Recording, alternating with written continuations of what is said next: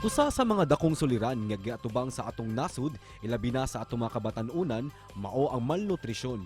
Nunot ni ini, apektado ang pagtungha sa mga kabatanunan nga mosampot sa paghinay sa ilang pagtuon o pagsabot sa leksyon sud sa eskwelahan. Kini ang gitagaan og pagtagad sa usa ka head teacher sa San Miguel National High School nga si Lyndon Ramirez. Nabantayan ni Ramirez nga sagad sa ilang mga tinunan maglisod og sabot sa leksyon nunot sa kagutom. Sa iyang pagpakabana, ubay-ubay nga mga proyekto, programa ug mga kalihukan ang iyang gilusad aron batukan ang malnutrisyon sa ilang tunghaan. Busa karon buntaga, sayran ta kung unsa kini ug ato usab siyang mas ilailahon dinhi lang sa GMA Regional TV Live. Kapuso sa spotlight, turong buntaga atong ilailahon.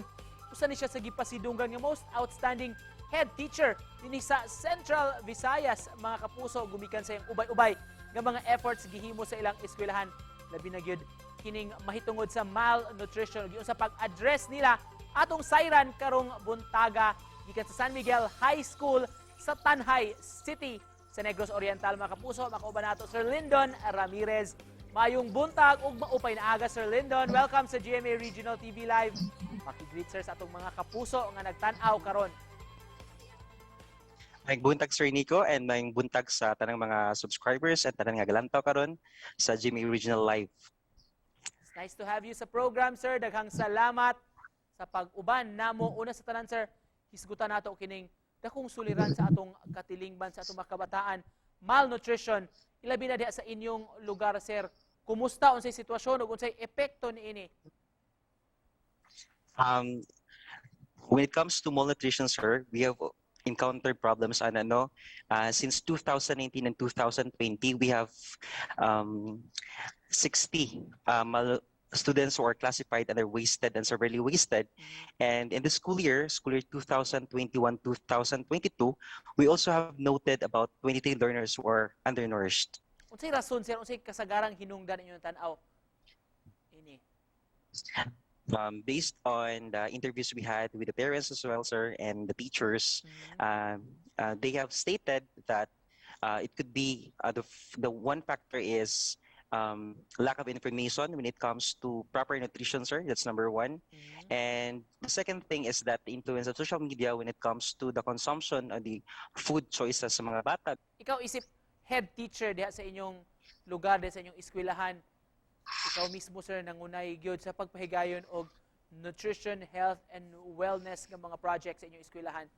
Mamahimo bang ma-share ninyo, sir, kini inyong mga efforts o inyong katuyuan niini? Yes, sir. We have noted these things since pre-pandemic and during this time of the pandemic that we have learners in high school who were undernourished or have classified in their wasted and severely wasted categories. So we have made interventions for that. And one thing that we have implemented is conduct of the feeding program for high school. We could note nga ang sa high school wala mga feeding program unlike sa elementary nga funded sa government. So we made initiatives on that, and in line with the Nestle Wellness Campus program, sir, implement ni Ana. So during the pre-pandemic, we have generated funds to support that endeavor. We're in the funds nga among gigamit to purchase raw materials, papalit sa mga pagkaon, raw materials para makaluto sa school. Base sa inyong obserbasyon kaning sa mga kabatanunan, mga learners ninyo nga severely wasted o kaning matawag na tong malnourished or undernourished, sir, kumusta ang ilang performance sa eskwelahan o sa epekto ani sa ilang pagtuon, sir, kung iyon ani ilang kondisyon? Sir, we have noted that those learners nga we identified nga undernourished or severely wasted and wasted, compared sa mga normal or naisakto gyud nga himsog nga mga estudyante, maulahi gyud sila. So they are also underperforming. Sir, can you share to us some of your activities or pwede nimo ma-explain kanamo kini inyong mga gipanghimo, sir? Of course, sa inyong ubay-ubay nga mga efforts ani nga campaign Project Champ. Mao ni imong gi-mention kagani. Yes, sir. In fact, sir, we have, considering the activities, sir, we have 7 best practices. Alright. And this is in line with the Nestle Wellness Campus program, sir, which aims to foster the 7 healthy habits. Each healthy habit have a corresponding best practice nga among gihimo sa school. And just to close this, Sir Lyndon, para nimo nganong kinahanglan man suportaan ang inyong aning mga efforts. So usay po'y message nimo, sir, alang sa atong community, sa mga stakeholders.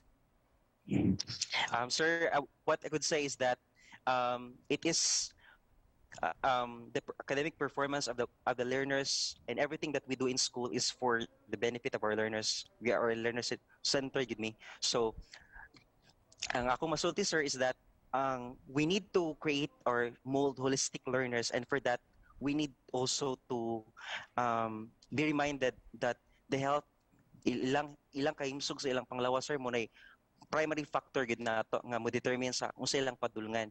And then kini nga mga endeavor, sir, kinala siyang suportaan because dili lang maka-benefit ani ang sa school in general, but ang mga bata nato nga moy atong hope, ang atong hope jud. So sila moy primary ang atong target ani, so sila ang atong suportaan.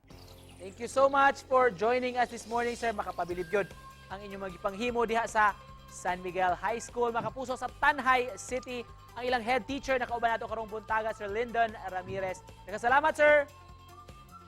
Thank you, sir. Thank you, everyone.